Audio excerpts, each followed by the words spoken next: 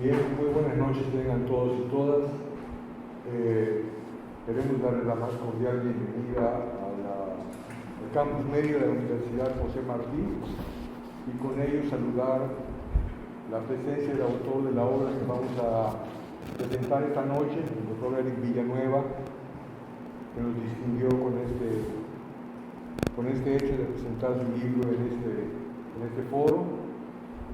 Desde luego me gustaría presentar muy rápidamente, para que sean los propios protagonistas quienes con su intervención se presenten, señalar que los comentarios y las glosas al libro estarán a cargo de Luis Ramírez Carrillo, un académico de la Universidad Autónoma de Yucatán de larga trayectoria, con quien nos une también una entrañable amistad.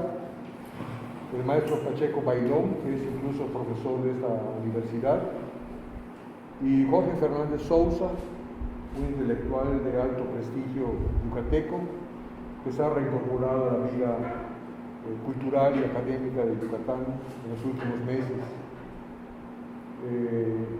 Vamos a presentar la obra Una democracia ilustrada, un libro que de alguna manera recoge una experiencia editorial previa que tuvo lugar en el año 2009, pero que se ha actualizado no solamente en el prólogo, sino en algunos conceptos que en ella contiene, que tiene que ver con todo el proceso político que ha vivido México, sobre todo en esos de 2009 a la fecha, que no han sido pocas las transformaciones que han habido en la vida política de nuestro país, tanto en el ámbito de los mandatos presidenciales como en el propio sistema de partidos políticos, que una de las hipótesis de Eric es que han entrado en crisis, y también el papel que está teniendo la globalización y la digitalización en todos los procesos políticos. Esos son aspectos nodales que se tocan en el prólogo y que seguramente los comentaristas, aunado a muchos conceptos que desglosarán, señalarán. Queremos simplemente comentar además que nos están mirando por internet de la Universidad José Martí en el campus principal en Monterrey, por el maestro Benjamín, los estudiantes de la maestría en políticas públicas y partidos políticos, a quienes les mandamos un cordial saludo, y quienes por vía de la internet estarán interactuando con nosotros cuando pasemos a la fase de preguntas. Dicho lo anterior, le cedo la palabra en primer término al profesor Pacheco Bailón para que nos exprese sus conceptos con relación a la obra del doctor Eric Villanueva. Bueno, pues buenas noches a todos ustedes. Y pues tuve la oportunidad de leer esta obra en el 2009, el doctor Eric Villanueva, el cual pues en su momento se dice es actor e intelectual al unísono. Y ya pues en este trayecto del 2009 a la fecha pues han pasado muchas circunstancias y vicisitudes de lo que ha sido un gobierno diferente, una alternancia política, un regreso de distintas franelas políticas. Y bueno, he preparado un comentario respecto a esta revisión de lo que ha sucedido del 2009 a la fecha. Una revisión de la transición votada, depositaria, del terreno electoral hacia una democracia participativa, donde se espera que logren consolidarse los mecanismos de participación ciudadana. Pero también una militarización del gobierno para la construcción de obras públicas, donde son temas de seguridad nacional que limitan la transparencia y la rendición de cuentas. Del 2009 a la fecha han florecido reformas electorales que dieron un golpe de timón, limitando los poderes de los hombres, que son los organismos públicos locales electorales, dotando de más funciones a la autoridad electoral de participación ciudadana de facto, pero no de nombre. Me refiero al INE. La reforma electoral que viene debiera ser más de estructura dirigida a evolucionar el modelo de selección de los funcionarios en casilla que en cobrar facturas al Consejo General de Minas. Se trata de profesionalizar la función del capacitador electoral y vencer la apatía del funcionario que no se presente el día de la jornada electoral. Propiciar que las autoridades realicen las sinergias con las instituciones educativas y demás órdenes de gobierno para que fluya y se incluya la participación ciudadana como un mecanismo ágil para que la sociedad participe en un modelo inclusivo como el presupuesto participativo y se integre en la conformación del referéndum previsible. Lograr también que se trate las legislaturas locales consoliden una visión real e incluyente del modelo de transformación de instituciones que aterricen la democracia en el ciudadano. Coincido con el autor cuando plantea la descripción de retomar el antiguo debate del modelo semipresidencial o semiparlamentario, lo que llamamos en la ciencia política como un esquema híbrido, un esquema revisado y acotado, en algunos casos, hacia un jefe de gabinete y en otros como tal un jefe de gobierno, de alguna u otra forma importante analizar. ¿Qué pasó del 2009 al 2021 bajo este interrogante de Villanueva? Se cuestiona y analiza los elementos notorios, especulaciones y proyectos que prosperaron para lograr la alternancia, así como los que también fracasaron. El autor de una democracia frustrada, un actor político también. No olvidemos que estuvo en dos contextos, en el contexto federal y en lo local. Un estudio complementario al primero, donde habló sobre la crisis del 94, la disputa por el presupuesto de la Suprema Corte, la socialdemocracia moderna para México, así como la consolidación de una democracia para América Latina y la esperada, tan anhelada reforma del Estado, fueron los elementos que tuvieron en la picota pública. Hoy México ha cambiado, la democracia tal vez sigue en ciernes, los actores políticos, algunos han cambiado de bando, otros siguen opositores como franelas diferentes. La alternancia llevó al modelo PAN-PRI-Morena y a la institucionalidad de varias ofertas políticas también en construcción. Nuestro modelo pluripartidista le puso obstáculos fiscales y burocráticos a las candidaturas independientes, pero la prosperidad económica todavía no se ve reflejada en un modelo democrático que acorte la brecha de las desigualdades. Mi generación, la del 76, es producto de las crisis económicas recurrentes, de las devaluaciones. Mis mentores le echaban la culpa al neoliberalismo, ahora al presidencialismo que no se fue. Hoy hay mayor apertura e inclusión y han ganado terreno a la paridad de género, la representación indígena en el legislativo, las acciones afirmativas han cobrado relevancia. Ahora se le permite el sufragio a quienes estén en prisión preventiva y a la comunidad LGBT, tiene el derecho de votar físicamente como se encuentre. Eso me refiero al protocolo trans que diseñó el Consejo General del INE. Y pregunto, ¿valdría la pena una revisión del voto del residente en el extranjero? Incluir en la legislatura local el diputado migrante, darle mayores facultades al OPLE o a las OPLES en lo local. En el caso de Yucatán, con una ley de participación ciudadana que incluya más de 4 mecanismos para fortalecerla y que sea un eje articulador de una sociedad participativa e involucrada, que vigile, que cuestione, que supervise a sus autoridades. La militarización de una democracia en ciernes podría provocar un peligro para los ganados de la sociedad civil.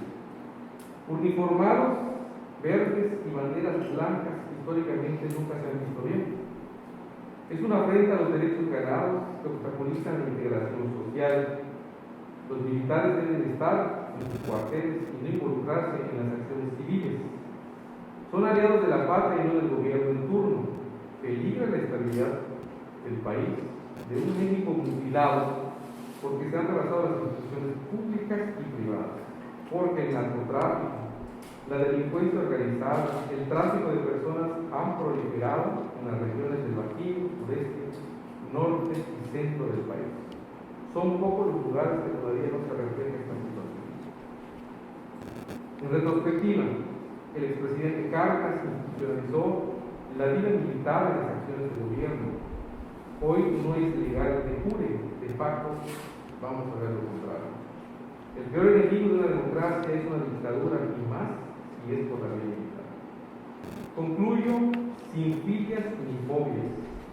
Las especulaciones y los juicios de valor no están exentas de un análisis coyuntural, como dice el autor, desintegrando las partes que involucran a los actores de las instituciones. Hemos logrado transitar hacia una alternancia en diferentes opciones políticas teniendo estabilidad y economía. Política y económica, más o menos, pero no sin devaluaciones. También consolidamos un órgano electoral nacional en materia electoral que organice, vigile y promueva los valores democráticos. Hoy los consejeros electorales de los estados ya no son moneda de cambio en las legislaturas locales. Hay infracciones, claro que las hay vedetismo político de los actores políticos dentro de las autoridades electorales, por supuesto que las hay. Eso no debe entenderse como un reproche hacia una democracia. Ahora se cuestiona el funcionamiento de los centros públicos por así, y esto no es un falso debate, también son sujetos de escrutinio público, aunque no sea el tema periféricamente lógico. De los prefiero, y cito, en las curules que en las mazmorras, y de todo lo que mi vida aporta, frases promovidas por Jesús Reyes Heroles, para darle cabida a la oposición de mediados de los 70, son elementos muy diferentes ahora. Como decía Mauricio Merino, a principios de este siglo, que pasamos, cito, de una transición o alternancia votada, es decir, en el terreno meramente electoral. Fin de la cita. Ahora hay que vigilar lo logrado. Hay que hacer las modificaciones donde se tengan que hacer, pero en lo funcional y operativo, sin revancha de actores políticos para lograr la alternancia de un modelo que dé tres cosas: prosperidad, mantenimiento, la sensatez y por último, la determinación. Muchas gracias.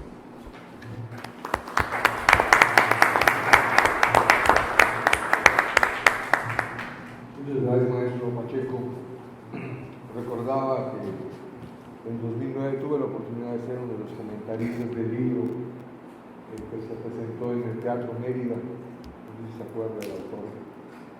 Y yo le señalaba, voy a recordar a modo de anécdota, que en aquel momento, 2009, cada día era menos frecuente la presencia de personas que se dedicaron a la política, como es el caso de Eric Villanueva, que conjuntaron al mismo tiempo la labor intelectual, es decir, esta unidad que en algún momento de la historia de nuestro Estado estuvo también representada por figuras como Leopoldo Peniche Vallado, que era un intelectual brillante, pero que también era un político muy activo, o Antonio Betancourt Pérez, o Carlos Castillo Peraza.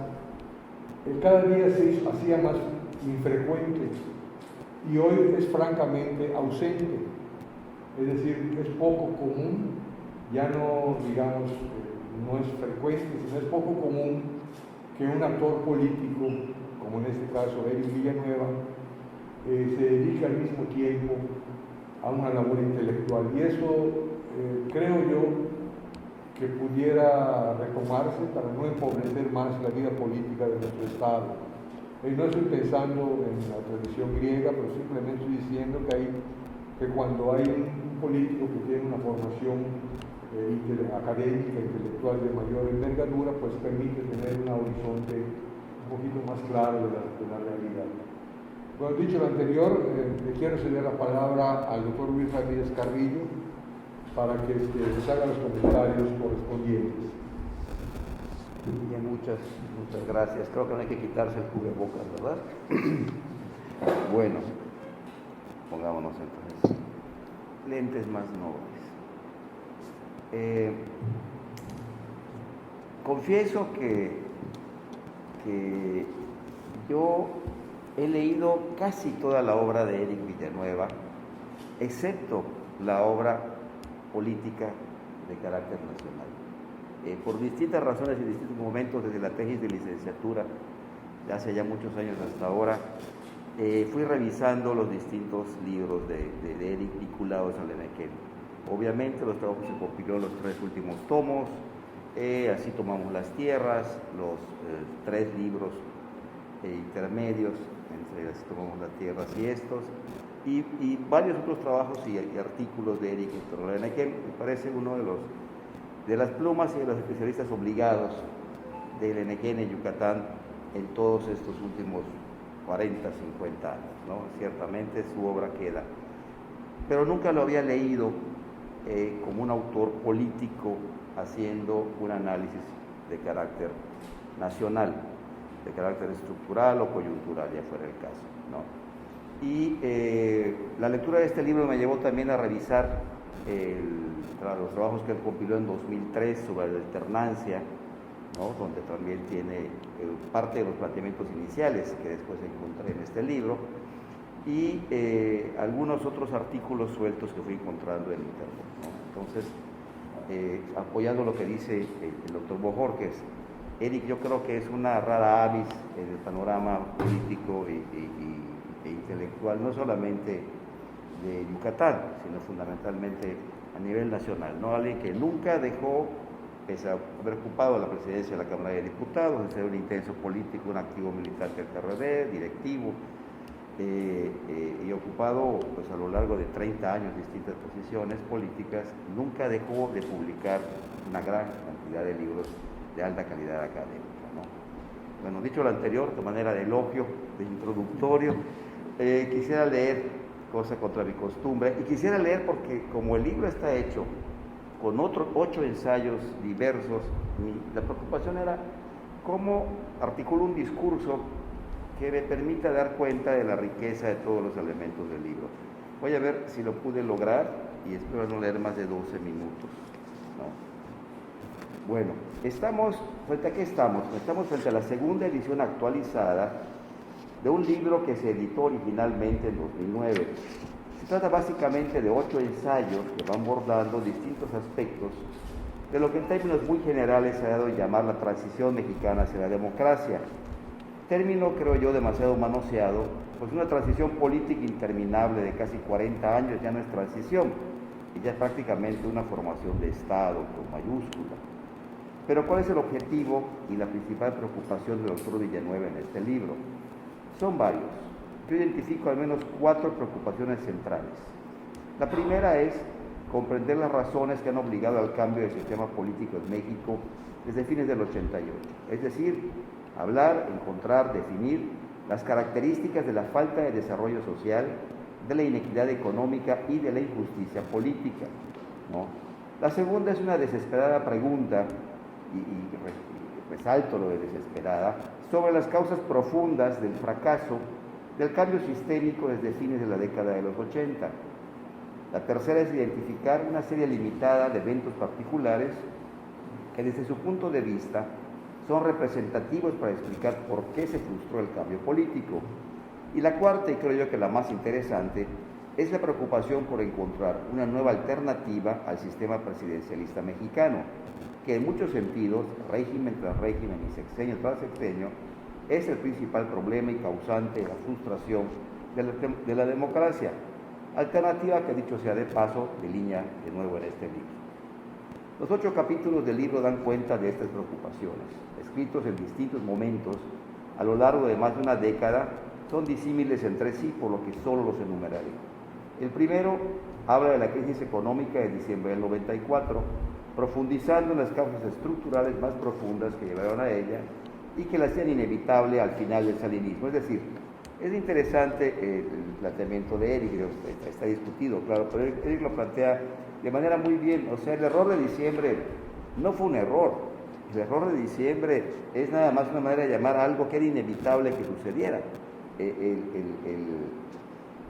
Todo se orientaba después de 6 años de salinismo a que el sistema económico iba a reventar en un momento o en otro.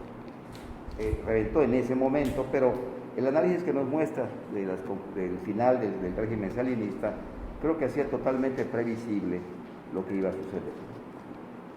Es decir, la crisis no fue un error ni un accidente, sino la crónica de una muerte anunciada. El segundo capítulo se enfoca a analizar la controversia constitucional que provocó Fox al impugnar las modificaciones al presupuesto de egresos de la Federación en 2005, aprobado por la Cámara de Diputados, que en muchos sentidos sentó malos precedentes en las relaciones entre los tres poderes que después se han continuado. Y bueno, allí lo interesante es que Eric habla como un actor directo y conocedor de todo este proceso de negociación que se dio en la Cámara. El tercer capítulo, siguiendo los planteamientos de Giddens y de Ulrich Beck, se pregunta y borda, no sin dejar de fantasear, si es posible una tercera vía para México, que de hecho sería una quinta vía, distinta a los modelos de desarrollo planteados por el estatismo, el nacionalismo revolucionario del PRI, el neoliberalismo ultranza surgido después del consenso de Washington, el socialismo real, que bueno, ya prácticamente debe preguntarse dónde existe, pero allí está como modelo, y la socialdemocracia propia de otros países, de varios países en la Unión Europea. Obviamente esta quinta vía es la que, creo yo, sirve después a Eric para construir su idea de un modelo semipresidencial. El cuarto capítulo es un estudio comparativo sobre la consolidación de la democracia en distintos países de América Latina, donde resume las conclusiones de un coloquio internacional del mismo nombre, apuntando los rasgos comunes y las diferencias entre distintos países. En el quinto, nos ofrece un ensayo mucho más personal sobre los significados de la reforma del Estado, que comenzó en México en el 97 con la primera legislatura de oposición, o al menos de gobiernos y mayoría legislativa, y que desembocó en la primera presidencia de oposición de Fox en el 2000.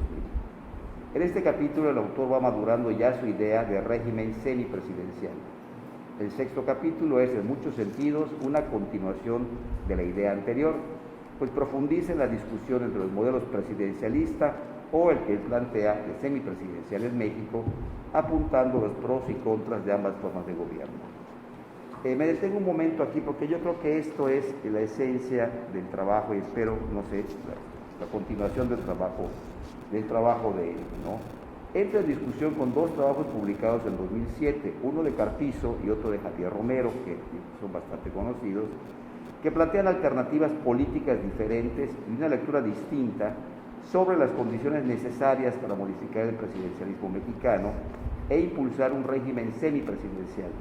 Ambos trabajos, si bien son críticos con el sistema presidencial mexicano, aún defienden la posibilidad democrática dentro de un sistema presidencial y dudan de la factibilidad de sistemas políticos parlamentarios en países como México y regiones como América Latina.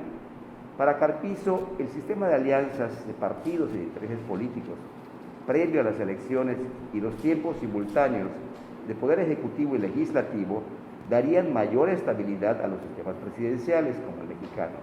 Y en cambio, un sistema parlamentario exigiría una sociedad con mayores niveles de cultura política y con menos pobreza que las que tenemos en América Latina para poder lograr coaliciones y consensos.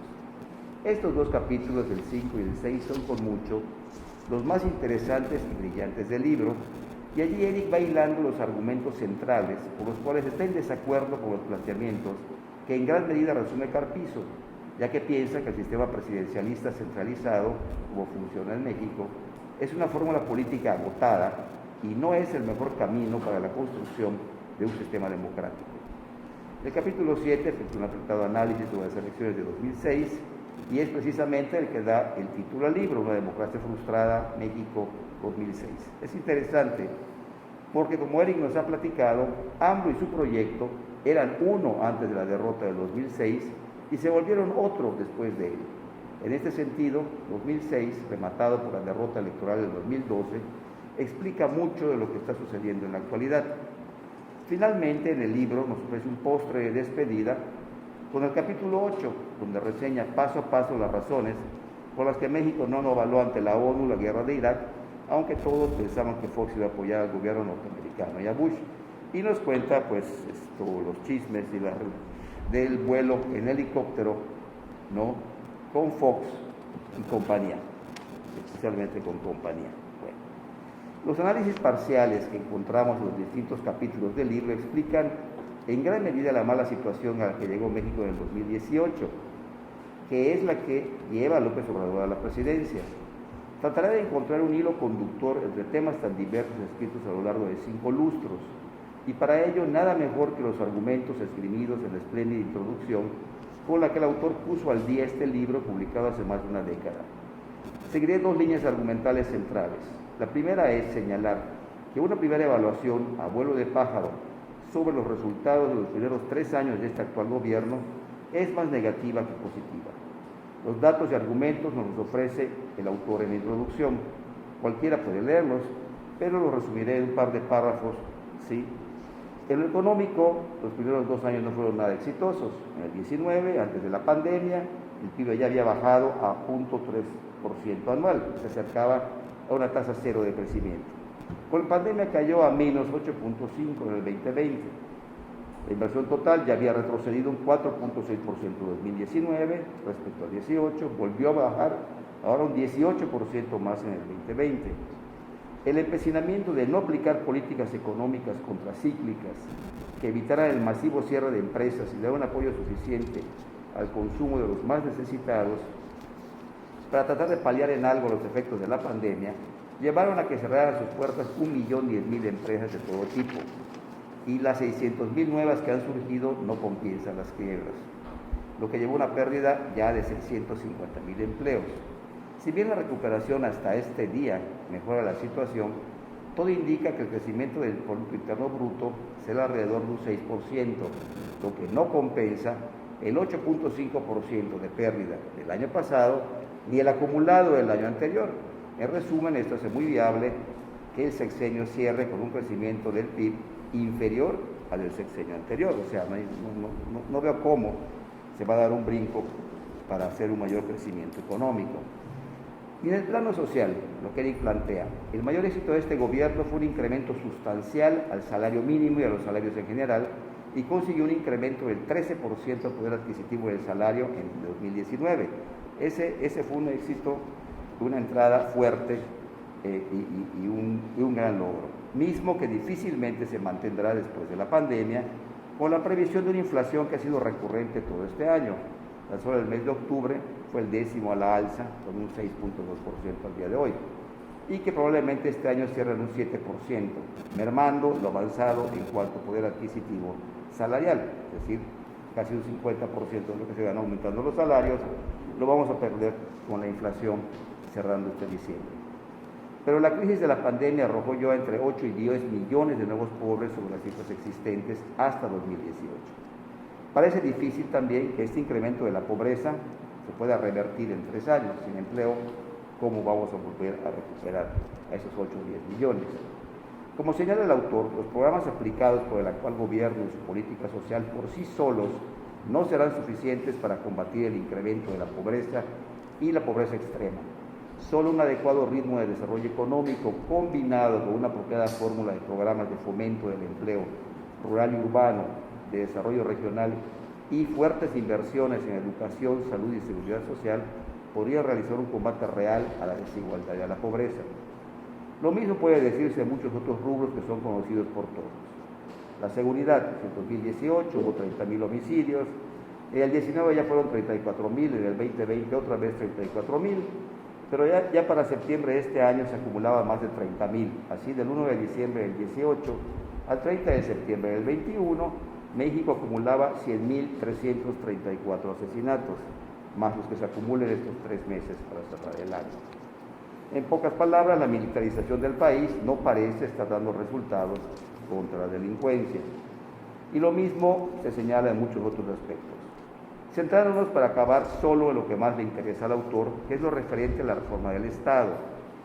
Este señala que en lo relativo a la consolidación de los órganos de Estado que eviten los vaivenes sexenales que hemos vivido sexenio tras sexenio de presidencialismo, como son los órganos electorales y los que se dedican a la regulación energética, la competencia económica, el combate a la corrupción y la aplicación de justicia en estos rubros específicos, no solo no se ha avanzado, sino que existe un claro interés de subordinación y de control. Como sea, es claro que los avances democráticos se han frenado y se ha confundido el poder personal con la consolidación de instituciones democráticas de Estado. En resumen, la figura del presidente con mayúsculas, el presidente bueno, el presidente paternal, con poderes metaconstitucionales de la década de los 70 y de los 80 del siglo XX, ha vuelto a emerger con toda su fuerza. ¿Qué es lo que nos plantea Eric como consecuencia del análisis efectuado a lo largo de todo este libro? Nos plantea no solo su personal utopía, sino una posibilidad que se aleja a pasos acelerados, considerando el estado de la nación. Eric insiste en que es necesario retomar el tema de la reforma del Estado mexicano. Plantea que la reforma del sistema presidencial mexicano es una necesidad urgente y cree que su sustitución por un sistema semipresidencial parece la salida viable debido al agotamiento del sistema de partidos y a los malos resultados de todos ellos en el gobierno. No hay tiempo para abundar aquí, pero simplificando, en el sistema semipresidencial que dibuja Eric, a un presidente electo le correspondería un jefe de gobierno y un gabinete, si bien propuestos por él, nombrados por el Congreso, que a su vez solo podrían ser removidos, también a solicitud de él, pero solo por el Congreso. Las atribuciones del jefe de gobierno serían amplias en su planteamiento, y leyéndolo con rapidez, al menos 5: conducir la política interior de México, la económica, la social y la administrativa, así como coordinar al gabinete, o sea, nada menos que prácticamente las funciones presidenciales centrales. Por supuesto, la propuesta en el libro está planteada de manera mucho más completa y compleja de lo que yo aquí apenas perfilo, pues Eric viene trabajando en esta idea desde la publicación de su libro sobre alternancia, transición y reformas estructurales en México en 2003 y en la primera edición de este libro en el 2009. Continúa, y qué bueno, con esta idea, pues estamos tan cortos de esperanzas y de propuestas alternativas para mejorar a la nación, que uno no solo agradece, sino admira y aprecia a las personas que, como Eric, son capaces de mantener la esperanza en estos años. Pero todo indica que la democracia seguirá frustrada en México un sexenio más y que habrá que mandar al diván un psicoanalista para que aprenda a vivir con su frustración, donde probablemente también la acompañemos nosotros, si las cosas siguen como están. Bueno, espero haber comprendido tanto los textos como el planteamiento y la idea que ha animado a Eric, ¿no?, a hacer este planteamiento de un sistema semipresidencial.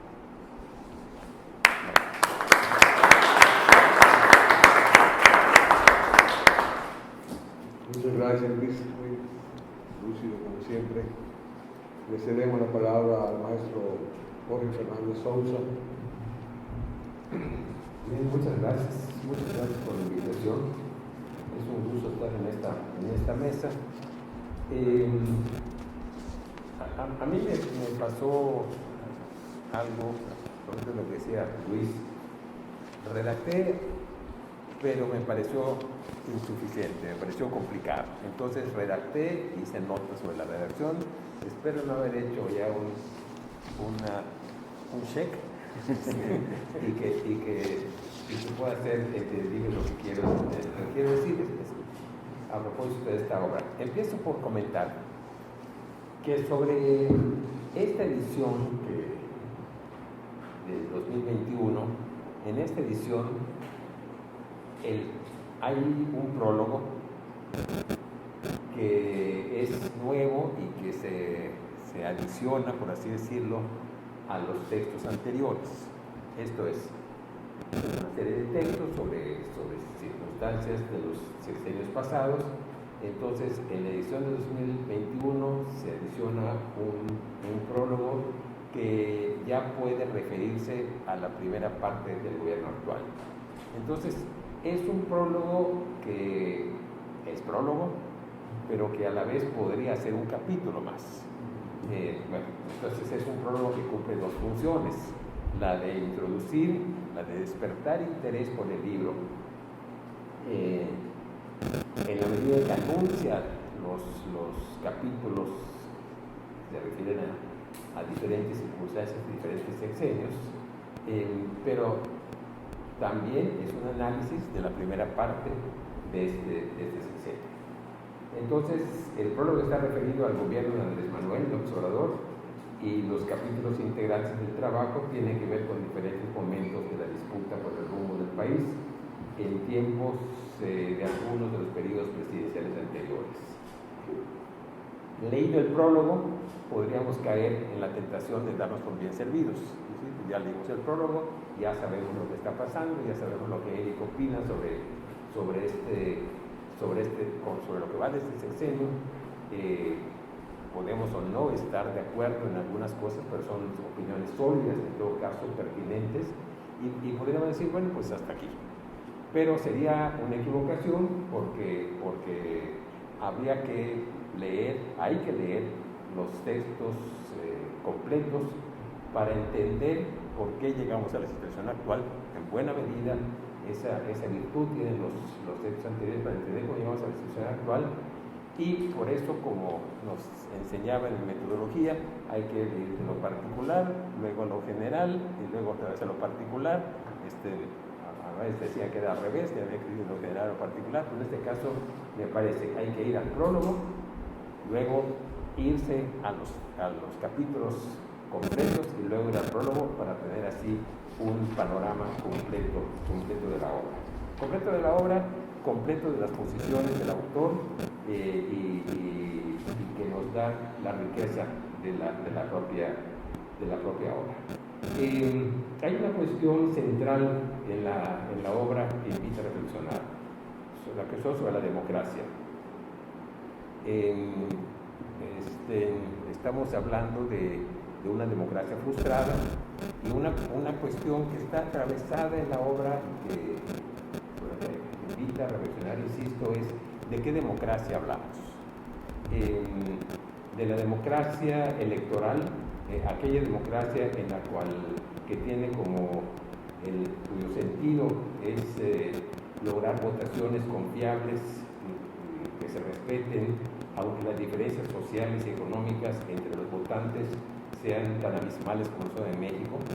Esa es la democracia con la que hay que conformarse, la democracia que tenemos que aceptar, la democracia sobre la que se ha discutido, o tendríamos que pensar en una democracia hasta ahora inexistente, en la cual los votantes, incluyendo los votantes dominados, explotados, incluyendo esa enorme mayoría de mexicanos que están en la pobreza, y los que están, Eric da el dato de un 8% de 8 y pico por ciento de personas que están en la extrema pobreza, que pudieran escoger entre por quién votar, que les diera alternativas frente a la situación que viven.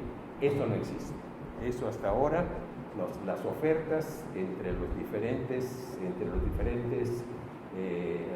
instituciones políticas, las diferentes instituciones políticas, los diferentes partidos, aunque digan cosas aparentemente distintas, realmente las ofertas siguen siendo lamentablemente las mismas, si no el discurso, si en la práctica.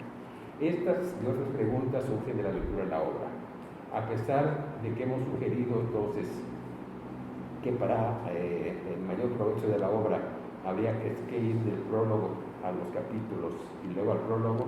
El comentario lo vamos a seguir haciendo sobre algunos aspectos de los temas mencionados de sexenios pasados, para después referirnos a algunos puntos del propio prólogo, que es, insisto, sobre la primera parte del sexenio actual. Empiezo por comentar que sobre una época aparentemente lejana, como 1994, Eric se refiere a la crisis que golpeó entonces a la economía del país. Con las causas y manifestaciones de la crisis, como fue el llamado error de diciembre, entre un manejo equivocado coyuntural o un agotamiento del modelo, el autor profundiza más bien en esto último, en el agotamiento del modelo, y apunta al déficit de la balanza de pagos, a su gestación desde años atrás, prácticamente desde el final del desarrollo estabilizador, al seguimiento de las medidas recomendadas por el Fondo Monetario Internacional y el Banco Mundial, indicando cómo no se ha resuelto el desafío de reiniciar el crecimiento sin presionar los precios ni el déficit externo. Recuerda el autor, entre las consecuencias, la magnitud de los recursos destinados al rescate bancario y al FOBAPROA, que hasta ahora se sigue arrastrando y se seguirá arrastrando a menos que haya un golpe de timón significativo, que más allá de los escarceos menores, medianos, en algunos casos parece que importantes, un golpe de timón que busque realmente sanear las finanzas públicas.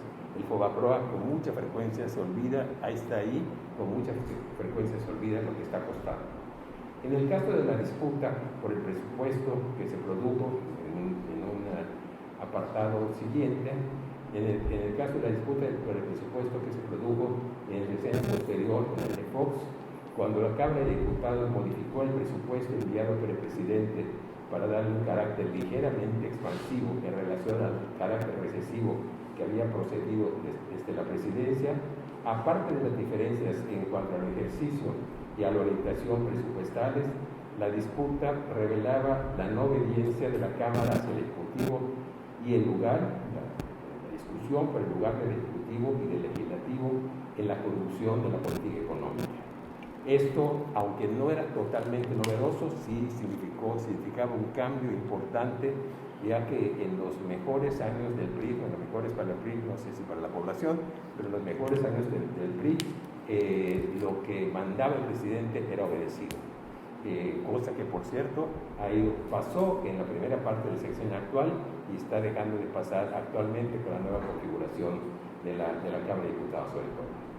Detrás de la discusión, volvemos al tiempo de Fox, detrás de la discusión estaba también la intención de las reformas educativa, fiscal, judicial y laboral, que ya tenían una marcada orientación privatizadora y neoliberal, que si bien ciertamente opusieron al legislativo con el ejecutivo foxista, no eran una invención de ese sexenio, sino que por el contrario no estaban reñidas con las orientaciones iniciadas con De la Madrid y ampliadas con Salinas y con Zedillo. La reducción del gasto público, la restricción de derechos laborales, la privatización de empresas públicas fueron tendencias tanto de gobiernos priistas como panistas. Se dio en aquella discusión, otra vez hablando del periodo de Fox, un fenómeno que de una u otra manera se repetiría. Las propuestas que serían aceptadas y apoyadas por diputados, si hubieran sido hechas por el presidente de la República, si ese presidente era de su propio partido, eran rechazadas si venían de un presidente de otro partido. Es decir, no importaba el contenido de las propuestas, sino importaba si venían del presidente afín a los diputados, o jefe de los diputados, o si venía de un presidente distinto. Se engendraba así para los siguientes años una constante lamentable, porque las posiciones y los principios político-económicos de los partidos se fueron perdiendo en función de espacios y de puestos públicos, y de lealtades a mi gusto malentendidas. La controversia en aquella ocasión se dirimió parcialmente en la Suprema Corte de Justicia, que resolvió que el Ejecutivo podía vetar el presupuesto que el mismo Ejecutivo había enviado a la Cámara de Diputados a causa de los cambios realizados por la instancia legislativa. Una resolución más apegada a la obediencia de la Corte a las posiciones del Ejecutivo, que no sería extraña ni entonces ni en los años siguientes, ni habría sido extraña en los años anteriores, cuando se tratara de razones importantes de políticas públicas o de Estado. La Corte se ha caracterizado lamentablemente por eso. Puede manifestar desacuerdos con cuestiones del Poder Ejecutivo cuando no tienen que ver con políticas públicas en sentido amplio, cuando no tienen que ver con cuestiones de Estado.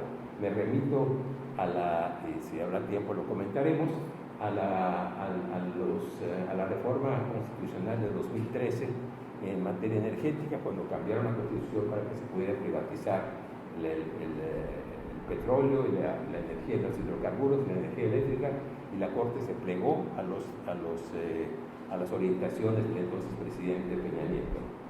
En este apartado, el mismo apartado, el autor señala la necesidad de emprender una reforma profunda al Estado mexicano, señalamiento que hace en otras partes y que desde hace varios sexenios se ha venido haciendo y que ha quedado hasta ahora en modificaciones superficiales en el mejor de los casos y lejos del interés de amplias capas de la población, como se señala en el propio capítulo, y de las necesidades sociales y económicas de la mayoría, circunstancias y condiciones que van juntas.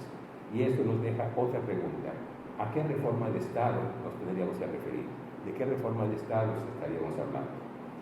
La tercera vía que se menciona vinculado a esto, pero en otro apartado del libro, que estaría entre la neoliberal y de alguna forma el estatismo, no alcanza a ser definida, no digo por el autor, sino por las intenciones políticas generales, cuando menos en el caso mexicano, que parece debatirse entre el avanzado neoliberalismo y rasgos sobrevivientes o que intenta ser rescatados del nacionalismo revolucionario.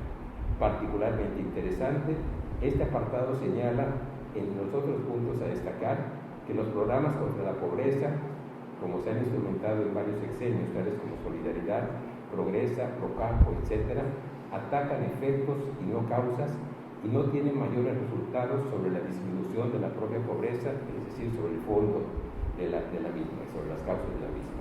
Un salto rápido al prólogo del texto que se refiere al sexenio actual nos mostraría que esta reflexión es aplicable totalmente a la administración actual.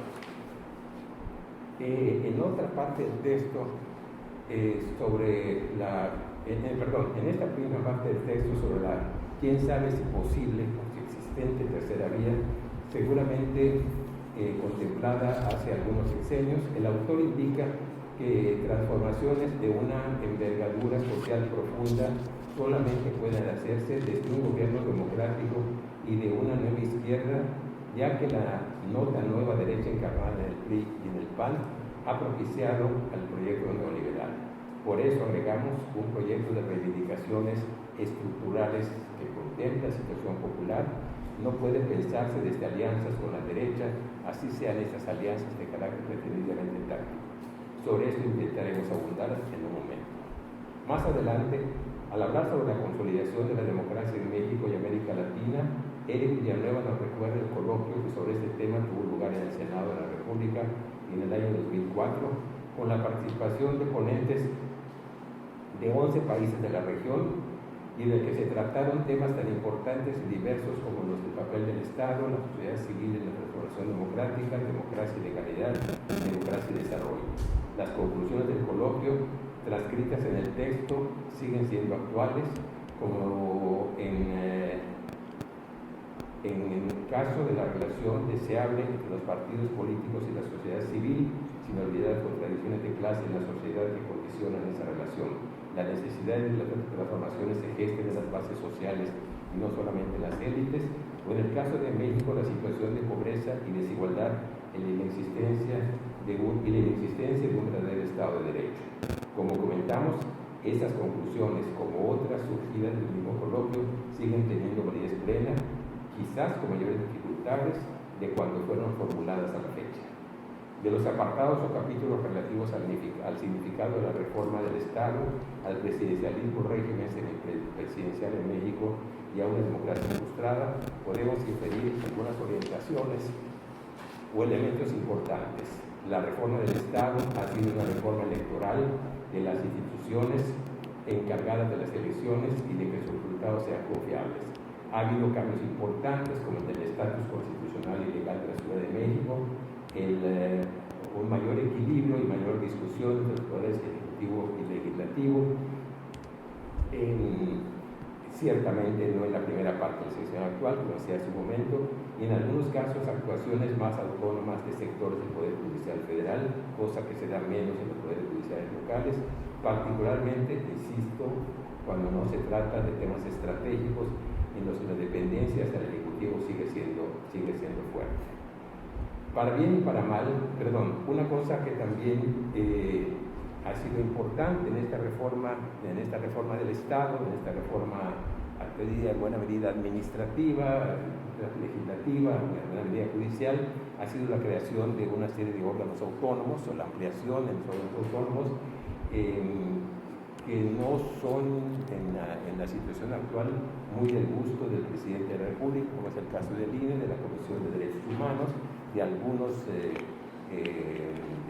tribunales, de la Fiscalía de la República que ya se ha convertido en un órgano autónomo y que tienen, cuando menos en el papel y en algunos casos en la práctica ciertamente, una independencia, una autonomía más o menos importante, sobre todo del Ejecutivo.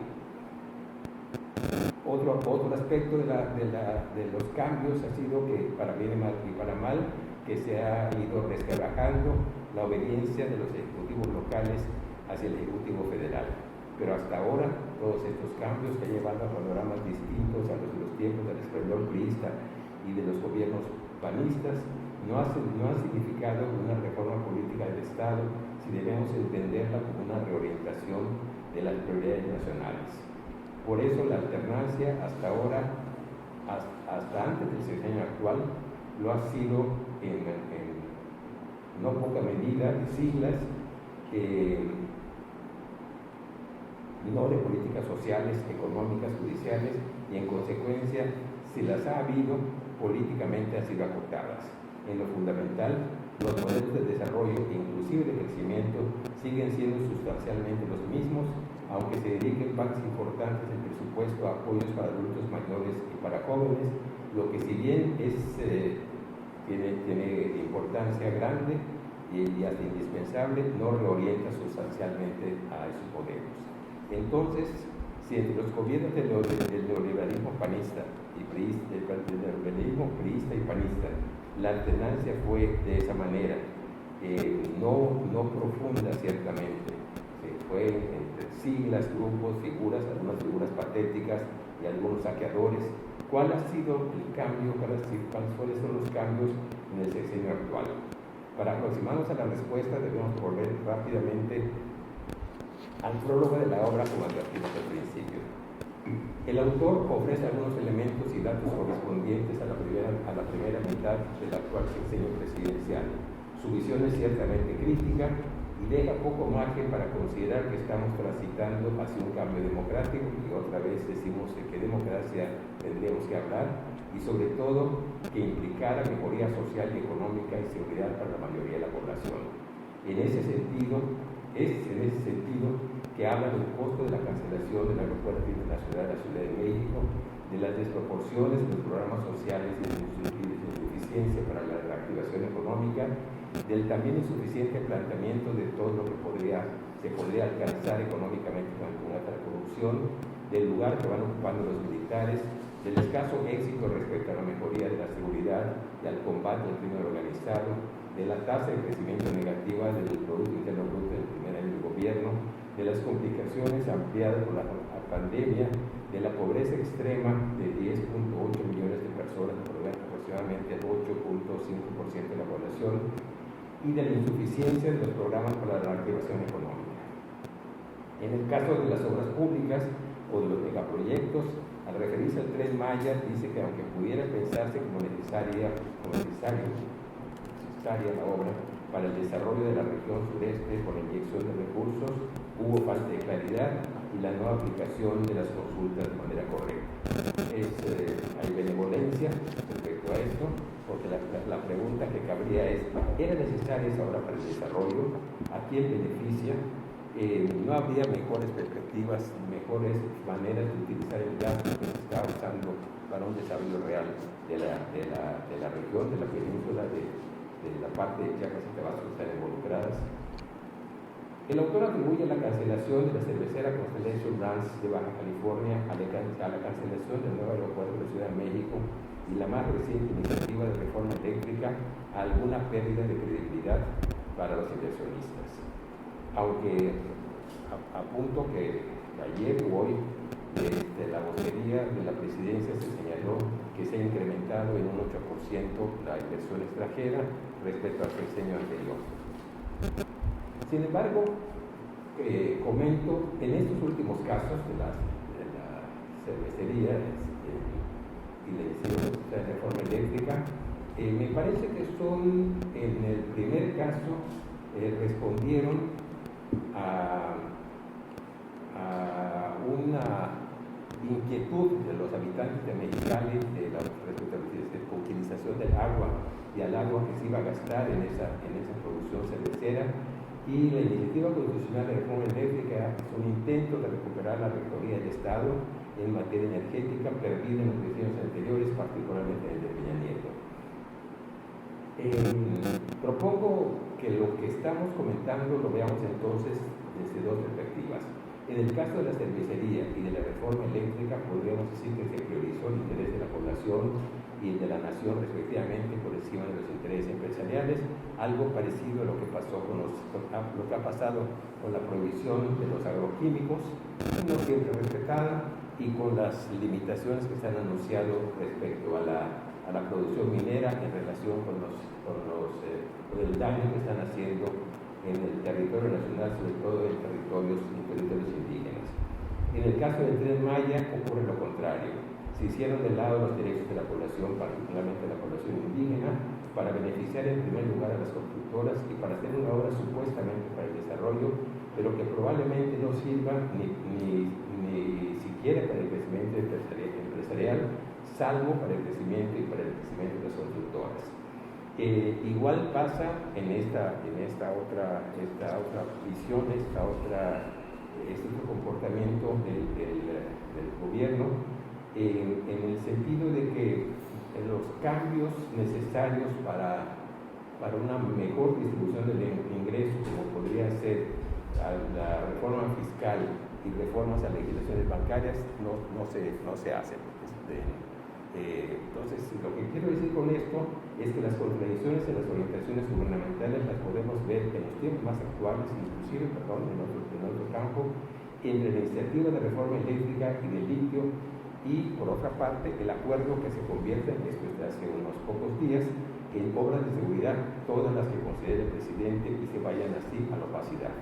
¿Qué estamos diciendo? ¿Qué intento decir con esto? Que hay una serie de claros oscuros en el comportamiento de la presidencia actual.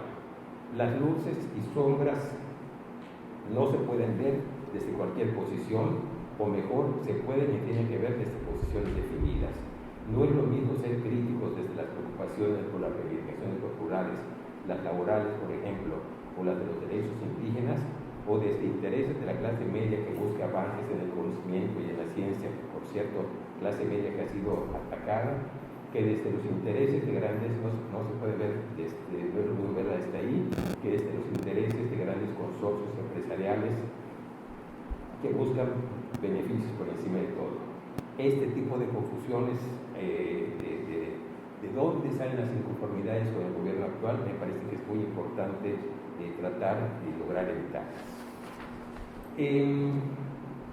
Me parece también que desde una perspectiva, si se quiere ubicar una perspectiva de izquierda o de intereses populares, pensar en alianza con los sectores de derecha que en buena medida han sido causantes de lo que ocurre en gran medida y que han sido en buena medida causantes, que fueron en gran medida causantes de la llegada del gobierno actual. Una alianza de este tipo para oponerse a un gobierno que está actuando de manera errática en muchos campos, que está favoreciendo la financiación acumulada de riqueza a costa de la población, pero que distribuye ingresos entre los adultos mayores y los jóvenes para conservar la aprobación, que sigue teniendo un 65 o 68%, que es un dato entre ayer y hoy, aunque no haya crecimiento y desarrollo económico. Este tipo de alianzas y de no deslinde de intereses y de posiciones críticas, hay que procurar lograrlas. En ese sentido también hay que volver a pensar en la reforma del Estado que se buscaría, si es la adecuación de mecanismos administrativos, parlamentarios o jurisdiccionales para que el reparto entre las élites sea más equitativo, o si hay que pensar en una reforma que permita que abra el camino para la participación política, social y económica de los amplios sectores dominados y explotados. Quiero hacer referencia a una cuestión por carácter de información que es preocupante. Es el manejo que tiene el gobierno actual de la cuestión jurídica, de la cuestión del derecho. Se está manejando prácticamente como un estorbo la legalidad, de manera permanente, o como una utilización, yo diría que en muchos casos, casi espuria de determinaciones constitucionales. Lo podemos ver en el caso de la consulta popular. La consulta popular que se hizo para juzgar a los expresidentes, cosa que no era de ninguna manera necesaria hacer. Si había los expresidentes incurrido en algún delito, habría que perseguirlos a través de las instancias adecuadas, la Fiscalía de la República, había que juzgarlos en los tribunales seguramente federales, podría ser en los casos locales, pero no había la necesidad de hacer una consulta popular, consulta que está establecida en la Constitución para casos de relevancia nacional, es decir, para casos que no puedan ser abordados de manera normal por la legislación vigente. El manejo que se le dio desnaturalizó a la consulta popular constitucional. Igual está pasando con la revocación de mandato. Se está planteando una revocación de mandato que está prevista en la Constitución para cuando un sector de la población esté inconforme con la conducción que haga el presidente de la República. Pero es medio de locura, porque están pidiendo revocación de mandato los sectores de Morena que son del partido del presidente de la República. O sea, la pregunta es, ellos están pidiendo que se revoque el mandato al presidente. En realidad, en la práctica, lo que están buscando es que se haga una votación para que en la votación sobre la revocación del mandato lo que resulte sea una ratificación de la presidencia. Este es un manejo de los derechos constitucionales, de un derecho constitucional que para lo que sirve es para destantear a la población, para lo que sirve para desnaturalizar el propio derecho. Bueno, si no hay una parte de la población que quiera poner a consideración la revocación del mandato, pues que nadie la ponga. Pero ¿por qué forzar una práctica de ese tipo únicamente para que se diga, vieron, no solamente no quieren revocación, sino quieren ratificación, quieren que yo me quede? Me parece un manejo, insisto, inadecuado. En este caso, inadecuado de un derecho, de una disposición constitucional. La otra cosa que está pasando ahorita, que será una semana, ya lo mencioné, es este acuerdo que se emitió por parte de la Presidencia de la República, con la firma de varias secretarias de Estado, para que las obras y proyectos sean considerados de seguridad nacional. En realidad, lo que se busca es que esas obras y proyectos, otra vez pensamos en Tren Maya, en el Francisco, prácticamente en cualquier proyecto, no podrían ser puestos a consideración, no pueden ser consultados, porque van a ser de seguridad nacional y por tanto, al ser de seguridad nacional, pesaría una secrecía sobre ellos. Recientemente, el presidente y el secretario de Estado dijeron no, el secretario de Gobernación, dijeron no, lo que está es de agilizar trámites. No, no es cierto. No se trata de agilizar trámites. No puede haber un mandato, un acuerdo para que a la Secretaría de Estado en general se les diga que tienen 5 días para aprobar un permiso que se solicite por parte de alguna empresa pública para llevar a cabo una obra. Tienen 5 días para aprobarla afirmativamente, y si no la aprueban afirmativamente, de todas maneras se da por entendido que queda aprobada. Entonces, es dejar fuera de la discusión, ¿no? O sea, tiene cuando menos dos cosas relevantes. Por una parte,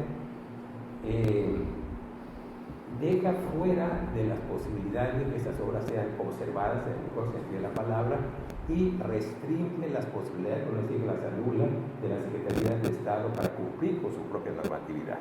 O sea, porque si el presidente dice que son obras de seguridad nacional, esas obras se salen de la normatividad nacional. Me parece que es un manejo totalmente inadecuado. De todas maneras, con estas, lo que es muy importante que estos despropósitos no quiten del panorama dos cosas.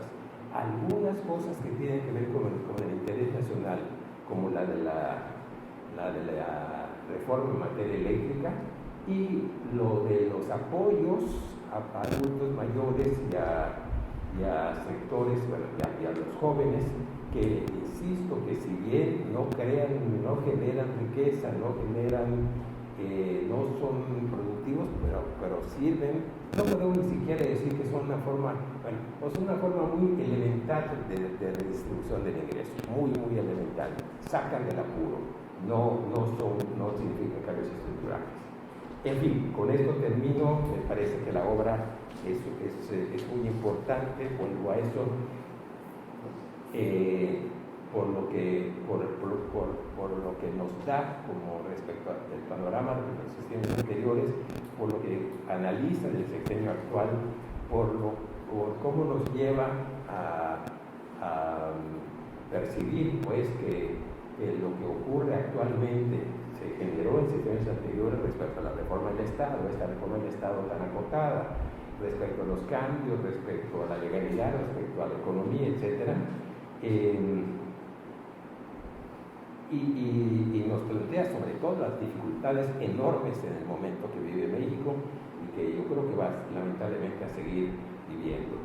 Y también nos lleva a pensar en la dificultad de alternativas reales.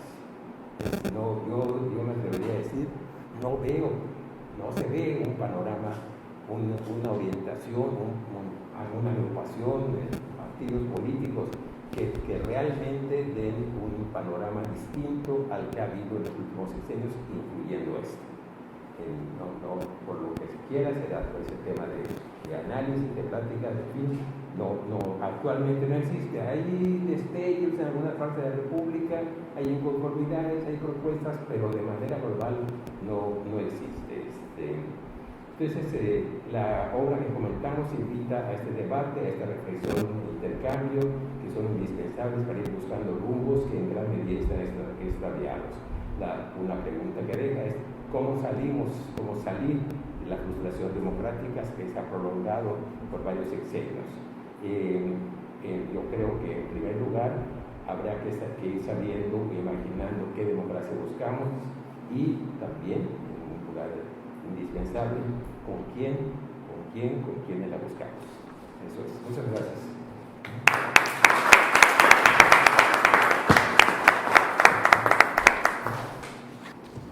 Yo creo que la participación de Luis, de Pacheco y de Jorge pues han abierto una serie de glosas que pueden ser comentadas por nuestro autor, pues, un poco en el ánimo que dice Jorge, para abrir una discusión que no necesariamente tenemos que agotarla ahora, pero que permite que tenga actualidad un texto que, como bien decía ahorita Jorge Fernández, se gesta en los sexenios anteriores y se reactualiza con el prólogo, como cuestionando el origen de todo esto, o más bien explicando el origen de todo esto en el pasado y cuajando en un presente crítico y lleno de incertidumbres, como bien ha señalado.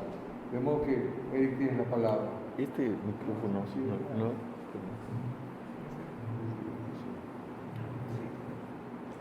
Pues muchas gracias.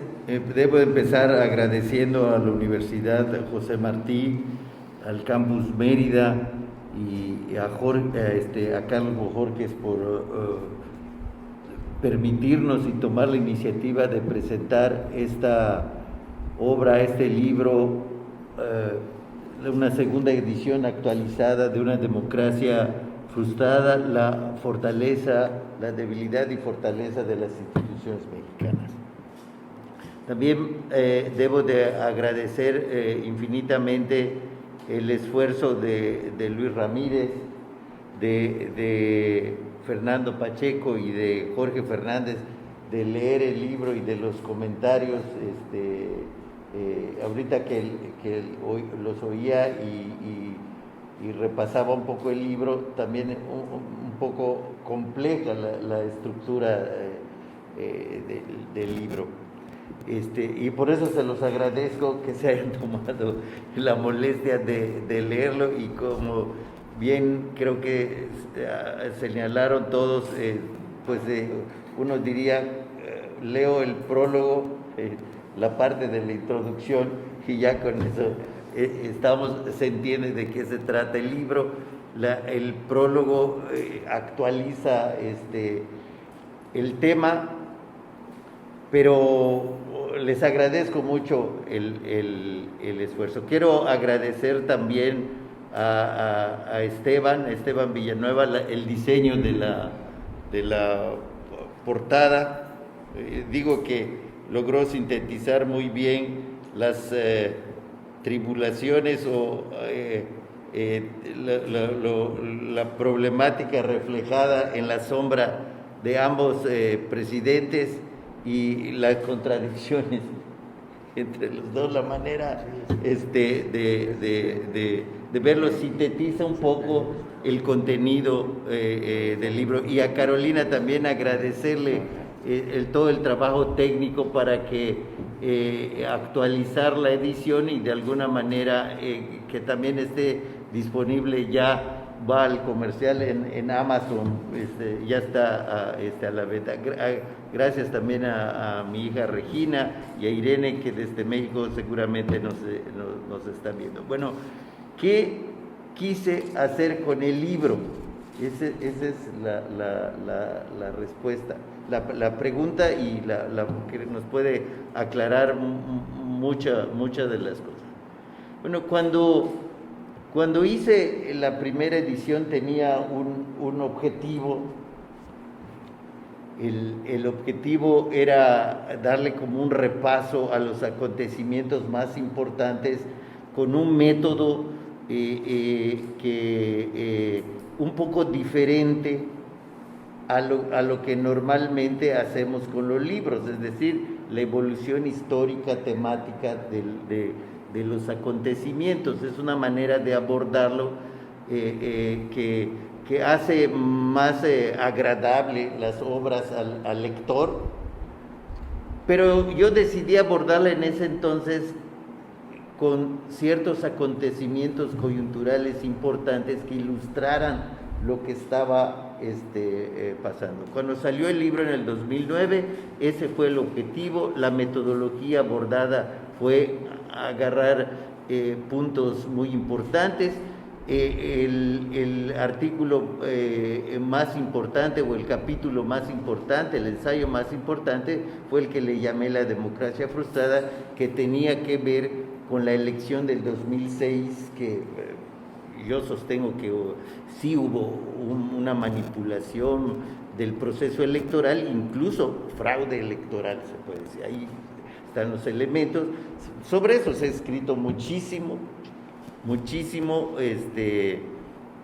pero lejos de lo que se piensa allá. Mi conclusión es que la democracia frustrada no se debía a ese evento, sino a todos los eventos que se habían venido concatenando, y que incluso yo lo ubicaba más terriblemente en el momento en que gana Fox la presidencia de la República. Hay una alternancia en el gobierno, las expectativas eran altísimas, tan altísimas como cuando gana Andrés Manuel la presidencia de la República. Si ustedes seguramente se habrán dado cuenta, los comentaristas, pero si leen el libro se van a dar cuenta que muchas de las propuestas de Fox son contenidas en las propuestas de Andrés. Lo digo así muy rápido: finiquitar el viejo régimen político, avanzar en un proceso democrático, mayor crecimiento económico, etcétera, etcétera. Pero y también hay que recordar que Fox tenía una gran aprobación, pero nunca pensó en una conducción del Estado, del gobierno y del Estado, de una manera consensuada. Es una tentación muy grande en el régimen presidencial. Por lo tanto, de todos los expresidentes y del presidente actual, la tentación de tomar las decisiones en solitario o con un grupo muy pequeño. Y Fox cae rápidamente en las mismas prácticas que el régimen aunque les estuviera mentando la madre a los anteriores, y en algunos casos literalmente, la práctica era la misma, pero lo peor es que acaba acordando con la mayoría de los actores políticos del viejo régimen, élites económicas y élites políticas, grupos corporativos, etcétera, incluso algunos dirigentes sindicales en total desprestigio, etc. Y no solo eso, sino que deja intocado el viejo régimen. Deja intocado el viejo régimen. Sí hay cambios, ya que se han señalado algunos, pero son procesos de cambio muy lentos. Incluso yo sostengo que solo la alternancia con la llegada de Fox cambia muchas cosas, cambia la correlación de fuerzas, se mezclan otras cuestiones, se abren nuevas posibilidades, pero no por una acción del Estado, sino por la acción política misma. Creo que algo similar ocurre ahora con la llegada de una segunda alternancia, una tercera alternancia, pero una segunda hacia la izquierda, si se puede llamar así, que solo ese hecho ocasiona nuevos cambios. Pero igual que pasó con Fox, muchas de las expectativas se empiezan a perder. Eso fue lo que me planteé en el primer libro, analizar lo que pasaba a partir, en la primera publicación, en el 2009, a través de ciertos acontecimientos puntuales que nos ilustraran a profundidad lo que ocurría. Al leerlo ahora y al ver lo que estaba pasando, ¿qué fue lo que me planteé? Bueno, hay que hacer una actualización. Ciertamente los artículos, los capítulos, los ensayos contenidos, pues no ilustran todo lo que ha venido cambiando, transformándose, pero me di cuenta que ilustraban muchas cosas que aún están allá, y que los cambios han sido nuevamente lentos, o sea, 25 años desde el 94, 26 años al presente, los procesos de transformación han sido lentos. No puedo decir que no haya habido cambios, incluso no puedo decir que no haya avanzado la democracia. Sí ha avanzado, y han avanzado las instituciones electorales, se ha transformado la Constitución, han avanzado los procesos democráticos en las regiones, se han desmantelado prácticamente la gran mayoría de los cacicazgos locales. Todavía quedan unos tremendamente enraizados en la localidad, pero tenemos muchos problemas. El crecimiento económico sigue siendo muy lento, muy prácticamente de nulo crecimiento. Aún así, también hay que decir que de hace 30 años acá la economía prácticamente se ha duplicado en su tamaño. O sea, lo que teníamos antes, con una distribución muy inequitativa, muy desigual, con desigualdades regionales, sectoriales, sociales, económicas, pero se ha engrandecido la economía. Entonces, ¿cómo hacemos para analizar a profundidad lo que viene ocurriendo hoy en México?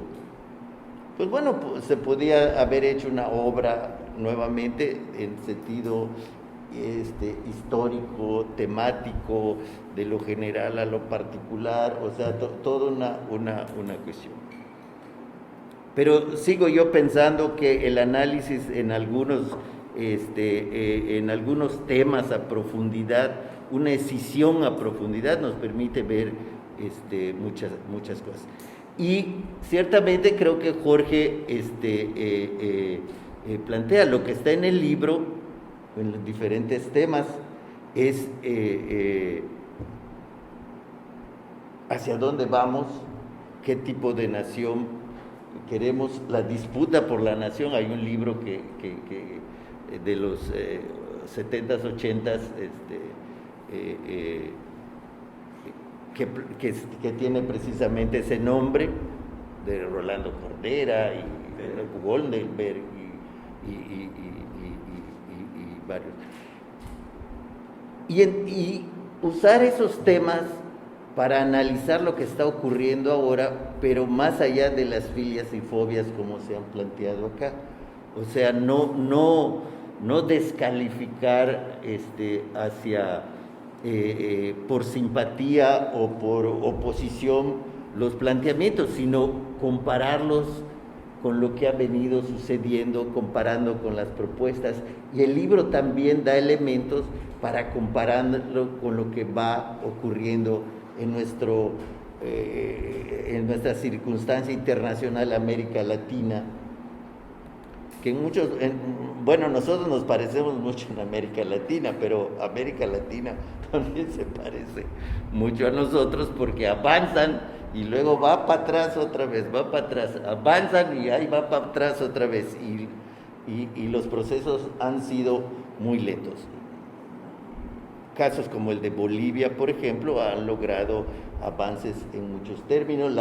La tentación de perpetuarse en el poder también estuvo presente en Bolivia. Ellos lo lograron sortear, parece que lo han sorteado bastante bien. Los cambios económicos, sociales, culturales, de inclusión de las etnias en el desarrollo nacional ha sido muy importante. En ese sentido es una enseñanza Bolivia en muchas cosas. No así, por ejemplo, Nicaragua, que ha ido para atrás prácticamente, o sea, un empantanamiento terrible. ¿Qué tipo de democracia queremos? ¿Qué es lo que se ha planteado aquí? Pues una democracia integral. Y hay que decirlo, si la democracia funciona, si las instituciones democráticas funcionan, los hombres individualmente tienen menos importancia. Planteado eso, se quiere decir, si la democracia y las instituciones democráticas avanzan, si la sociedad participa y tiene una participación activa, los hombres fuertes disminuyen. Tal vez habría que pensar, por ejemplo, en Europa, donde sus democracias han ido avanzando mucho más, ¿no? La democracia mexicana es una democracia bastante joven, es una joven o un joven de 30 años, y aún así creo que se ha avanzado bastante. Es un joven bastante madurito, bastante preparado, y los propios procesos que van ocurriendo lo vamos a... Sin embargo, creo que nos falta mucho. Por eso yo insisto, aunque lo planteo nuevamente en el prólogo, en realidad pienso que el sistema presidencial está totalmente agotado. El sistema presidencial mexicano, para decirlo, que es de alguna manera surgido del sistema presidencial norteamericano, que también está bastante agotado, aunque tiene otras connotaciones. En América Latina, aunque hay sistemas presidenciales, tienen muchos más contrapesos que lo que hay en México. Bueno, digamos en Chile, en la propia Argentina, o que ahorita traen otro problema, Argentina, y en algunos otros, el propio Brasil, han ido avanzando hacia componer el sistema o introduciendo al sistema presidencial elementos de parlamentarismo que le vayan equilibrando. Tampoco han tomado la decisión de dar el paso de acabar el régimen presidencial. Pero yo creo que el sistema semipresidencial puede funcionar acá. Los presidentes y los partidos políticos le tienen gran miedo a eso. Pero, por ejemplo, ¿qué hubiera pasado si existiera un régimen semipresidencial en México? Ahora, en este sexenio, ¿qué hubiera ocurrido? Pues no pasa nada, porque Morena y Andrés ganaron mayoría calificada, el jefe de gobierno sería de su bancada, sería de su partido político, no habría contradicción. Ahora, aunque no fuera directamente de Morena, también fueran de ellos porque tienen mayoría su alianza. Claro, hay más mediaciones, pero sobre todo, ¿qué elemento central se instala? El tema de la negociación permanente. Eso es lo que se instala, institucionalizar la negociación permanente en el Parlamento.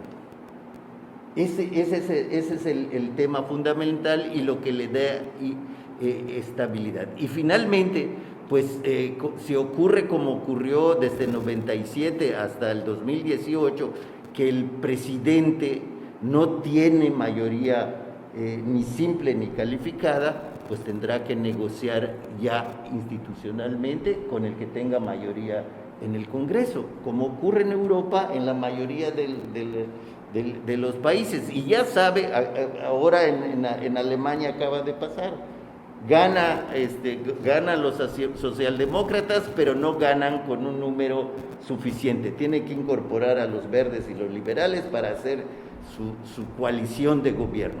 Tienen que estar negociando permanentemente.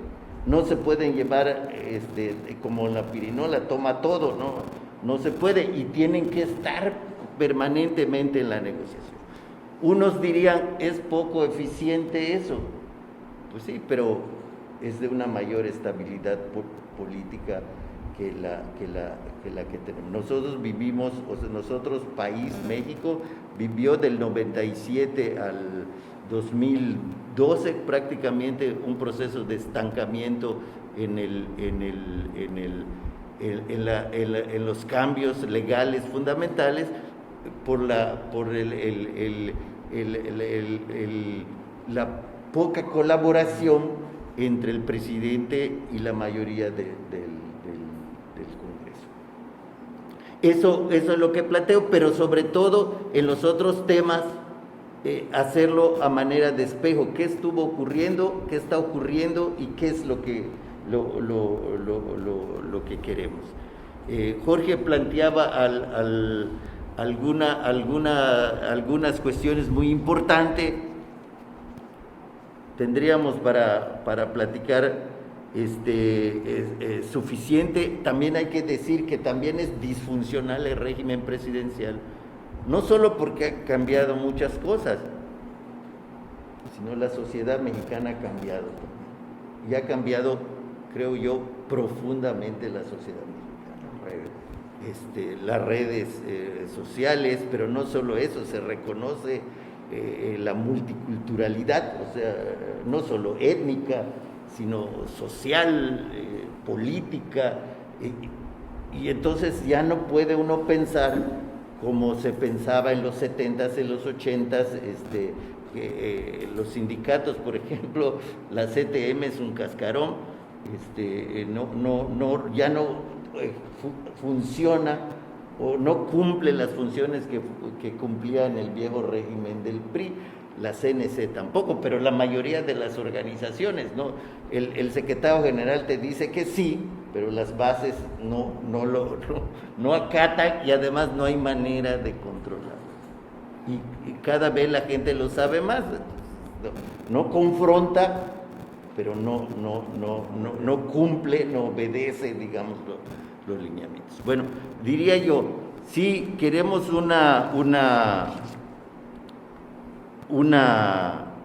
un tipo de democracia integral que tiene que ver obviamente con la participación, con la forma de ejercer el gobierno, no solo y desde luego una democracia electoral y política de buena calidad. Creo que hemos avanzado en ese terreno, pero creo que todavía hay muchas partes perfectibles. Tenemos que lograr que un poder judicial equilibrado, transformándose permanentemente con los cambios culturales. Creo que el poder judicial es uno de los que están atrasados en sus métodos de selección. Hay que ver que garantizar entre la profesionalización de la carrera judicial, pero su renovación permanente, cosa que lo digo sencillo, pero que es bastante complicada en los hechos, pero eso es lo aspiracional. Lo otro es dejarlo como ser y intentar prolongar el mandato a alguien para que responda a tus propuestas. Yo creo que por allá no va el asunto. Y sobre todo, plantearnos el tema de los funcionarios públicos representan a la sociedad. No le dicen a la sociedad qué es lo que tiene que hacer. Los gobernadores, se supone, representan el consenso ciudadano. Los alcaldes representan el consenso ciudadano. El presidente de la República representa el consenso ciudadano. No le dicen qué es lo que tiene que hacer la sociedad. Eso ya va en otro tipo de comportamiento, en otro tipo de conducta. Bueno, pues eso es lo que pretende la actualización del libro, hacer una evaluación de lo que va ocurriendo, pero sobre todo una evaluación objetiva a partir del análisis de las políticas públicas, del análisis de las propuestas, de los proyectos, de los impactos reales que puede tener en general los proyectos económicos y sociales. Yo, por ejemplo, soy partidario de una política social fuerte, que no soy en contra de las transferencias de dinero en efectivo, de ninguna manera. Nada más hay que hacer una selección correcta de a qué rubros, pero sobre todo, a pesar de que yo digo que allá está el tema de la tercera vía, y digo que no, ni socialdemócrata ni eso, pero hay temas creados por la socialdemocracia que hay que tomar. El tema de la educación fuerte, el tema de la salud pública fuerte, más ahora con la pandemia lo vimos, y desde luego la revisión del sistema de pensiones para lograr un sistema de pensiones universales, que incluso donde entraría ver una fórmula de solución del tema del programa de 65 y más o 68 y más, que tendría que ver. Hay varias fórmulas, todavía tenemos prejuicios para catalogar de neoliberales, por ejemplo, que una parte de los impuestos fuera directamente a la seguridad social. Y también se teme porque ya en otras ocasiones los fondos de pensiones han sido utilizadas para otros rubros que no necesariamente, y no solo a nivel de la República, a nivel de los gobiernos de los estados, a nivel de las universidades, de los municipios, también ha ocurrido eso. Pero bueno, lo que se ve en el libro es que son procesos muy lentos, la construcción, y hay que decirlo también, cada vez más complejos, cada vez más complejos. Todos los procesos, sean procesos políticos, económicos, sociales, son más complejos, y precisamente por eso requieren la participación de amplios sectores, requieren de consensos, de la construcción de consensos, que además las democracias modernas ponen como condición eso, la participación de la ciudadanía en sus diferentes niveles en la toma de decisiones, sea las grandes decisiones, o ver si se va a construir un tren, para darle la razón aquí a Jorge, o si se va a construir un parque, ¿no? Se va a talar un árbol. En Europa todo eso ocurre si se va a reformar algún área, no sé, estoy pensando en Jerusalén o estoy pensando en otro lado, en el centro, bueno, en el mismo centro histórico de Mérida, pues tendría que participar la ciudadanía. Bueno, podríamos seguir platicando y nada más quiero terminar agradeciendo los comentarios. Aquí he tomado una lista de temas que prácticamente tendrían que empezar hoy mismo al llegar a la casa a escribir cómo no acabar frustrado con nuestra democracia. Muchas gracias.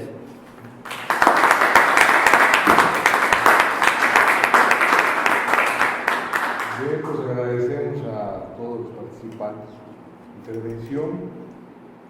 Debería añadir un tema para la agenda de discusión que tiene que ver con la democracia en América Latina, que no se tomó en cuenta la geopolítica. Hoy por hoy estamos viviendo una guerra no convencional contra la democracia en América Latina, en países como Nicaragua, como Venezuela, Cuba, que no son originadas por los propios países, sino por las potencias extranjeras, y este elemento es fundamental para esa lentitud o dinamismo de la democracia y para el tipo de democracia que, como bien decía Jorge Fernández, de alguna manera tendremos que analizar qué tipo de democracia es la que nos frustra, si es la que votan todos en las mismas condiciones o hay unos que votan desde la extrema pobreza y otros no. Es decir, todas esas considerandos que son los que de alguna manera también contribuyen, y no solo son los factores extraños o internos, sino que son factores externos los que nos contribuyen. Pero yo creo que el libro y la mesa ha sido muy enriquecedora y abre una agenda fundamental para discutir pues, en siguientes foros, ¿verdad? Y seguramente la lectura del libro pues, será un cauce para hacerlo, por lo que pues, les agradecemos su participación. No sé si alguien desea cualquier comentario o alguna pregunta en la internet, no sé si nos están preguntando, Juan. Nadie. Bueno, pues si no hubiera mayor intervención, les agradecemos su participación y les deseamos buenas noches. Muchas gracias.